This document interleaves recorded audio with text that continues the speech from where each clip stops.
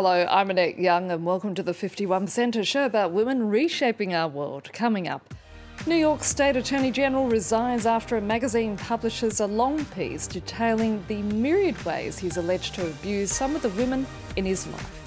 Also, we take a look at the Incel movement, which is part of the growing extremism online that's targeting women. We'll be talking to Lissa Lincoln, a gender specialist from the American University in Paris, on just how representative these movements actually are.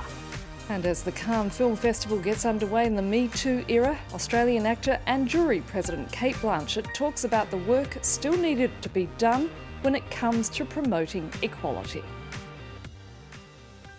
But we begin in New York, where the state's top law enforcement official has resigned in the wake of a sexual abuse scandal. 4 women recounting allegations of physical abuse by Attorney General Eric Schneiderman in an article published recently by The New Yorker. The accusations are all the more shocking as Schneiderman was an outspoken figure in the Me Too movement against sexual harassment. Catherine Viette has the story. Bombshell allegations of physical and psychological abuse have toppled yet another powerful man. Eric Schneiderman resigned as New York State's Attorney General on Monday. His abrupt fall from power comes after The New Yorker magazine published the accounts of 4 women who've accused Schneiderman of physically assaulting them. Sometimes he'd tell me to call him master, and he'd slap me until I did. He started calling me his brown slave and demanding that I repeat I was his property.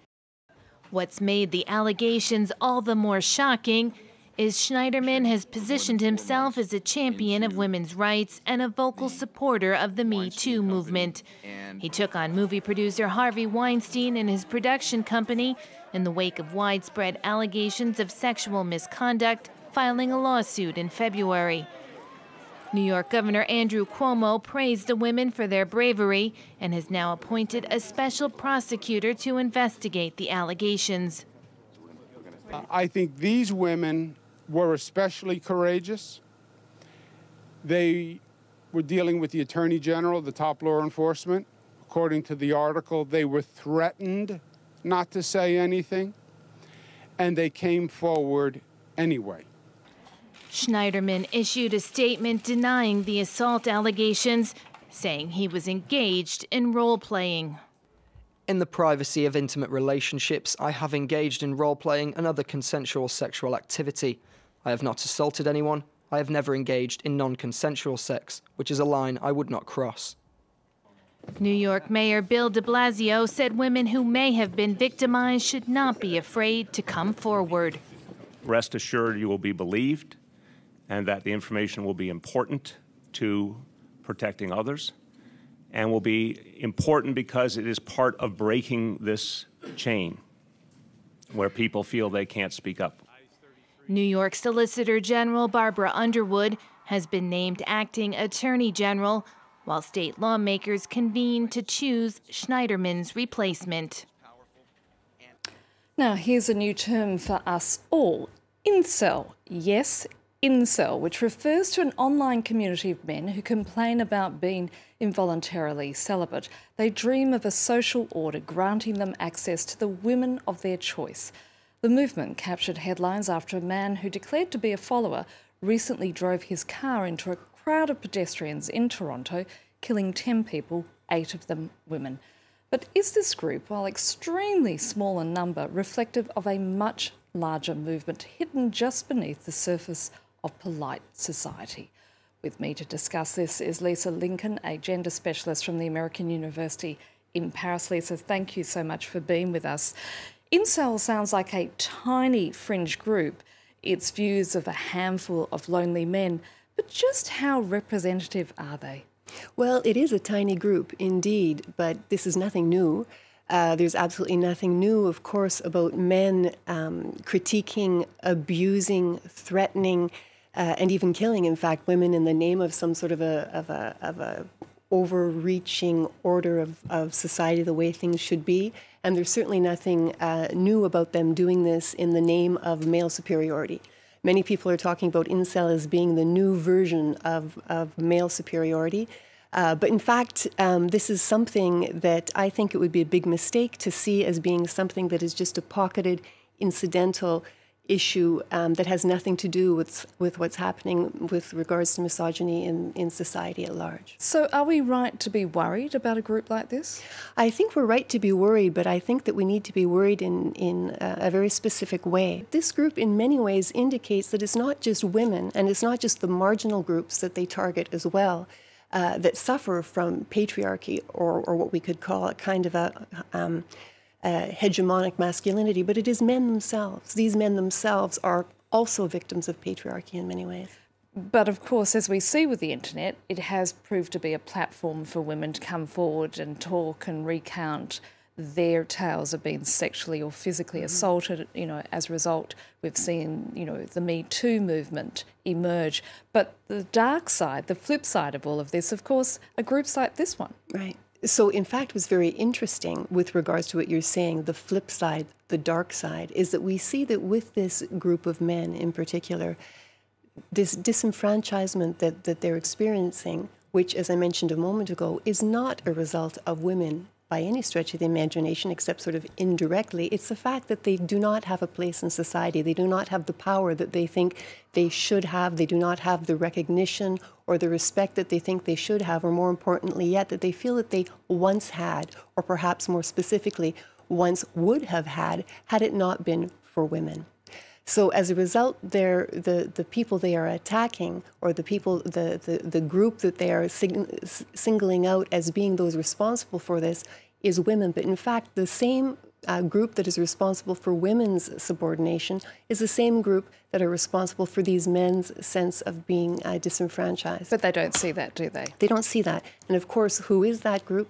That group is not even the 1%, a fraction of the 1% of essentially white males, but not just white males, but of men in society who hold the wealth, who hold the social, cultural, and political power, and who are held up, as certain sociologists who study this matter coin the term, hold up a kind of a marketplace man, and this is the norm that is imposed on all men and are expected to live up to this. This is what is held up as being the exalted form of manhood that all men are not only expected to live up to, but also learn to admire and aspire to.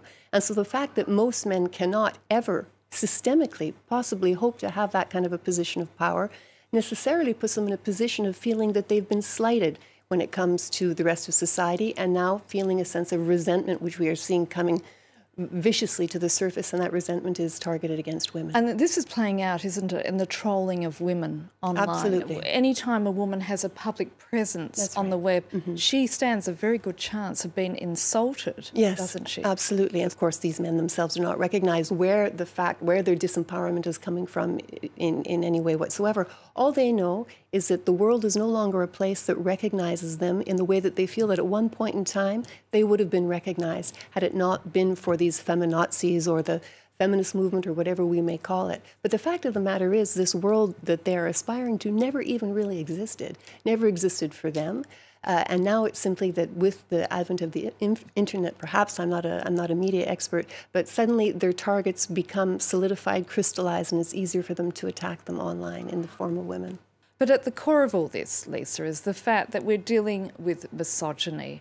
And there we've just had it. The New York State Attorney General himself, who was a great supporter of the Me Too movement, is now facing accusations of physical assault against women. So how do we as a society deal with misogyny? I know it's a big question and we don't have much time to answer it, but I'm not about to save the world, no. But I do think that one of the most important things in dealing with misogyny is recognizing, and this is what I began by saying, is recognizing that misogyny is something that is systemic. It is not something that can be dealt with even within the framework of the Me Too movement, recognizing just individual situations as being accidental mishaps linked to one individual's abuse of power. But it's something that is absolutely systemic, that allows this kind of abuse to go on and systematize itself in such a way that no one recognizes it, no one calls it out, and in fact everyone is involved in a so-called cover-up. Obviously there are more sophisticated ways of analyzing it, but really this is what it's about. Misogyny is something that is deeply rooted and systemic, and the only way of addressing it in any kind of an effective way is by analyzing from on the level of a system. Lissa Lincoln, it's been wonderful talking to you. Thank you so much. Thank you for having me. And in a year dominated by the Me Too movement, the Cannes Film Festival was under pressure to address glaring gender imbalances in the competition for its top prize, the Palme d'Or. Still, out of this year's 21 entries, only 3 films were directed by women, a fact that does not sit well with this year's jury president, Australian actor Cate Blanchett. It's a new era for the Cannes Film Festival, as the entertainment industry continues to grapple with issues of gender parity, fair pay and sexual harassment, all laid bare by the Me Too movement. Heading up this year's jury is Australian actress Cate Blanchett. She presides over the most female-centric jury in the festival's history. But she's acknowledged that the battle is far from over. Profound, lasting change to occur, it needs to take place through specific actions, not through generalizations and not through pontification. It's addressing the gender gap, and it's addressing the racial diversity and the equality and the way we make the work. The Cannes Film Festival has come under fire for its dearth of women directors. Of the 21 films vying for the coveted Palme d'Or this year, only 3 are directed by women. Jane Campion remains the only woman director to have won the award for her film The Piano back in 1993. Once a preferred hunting ground for disgraced producer Harvey Weinstein, festival organisers have taken great pains to distance the event from past scandals. Among the measures, a red carpet march by female stars to show solidarity with the Me Too and Time's Up movements. A special hotline and dedicated email address have also been set up to report misbehaviour for the first time, part of the festival's efforts to stop sexual harassment. And that's it for now, and you can connect with us via our Facebook page, that of course being France24.51%, or do send us a tweet at _51%. Thanks for your feedback so far, and yes, please keep those story ideas rolling in. So until our next show, bye for now.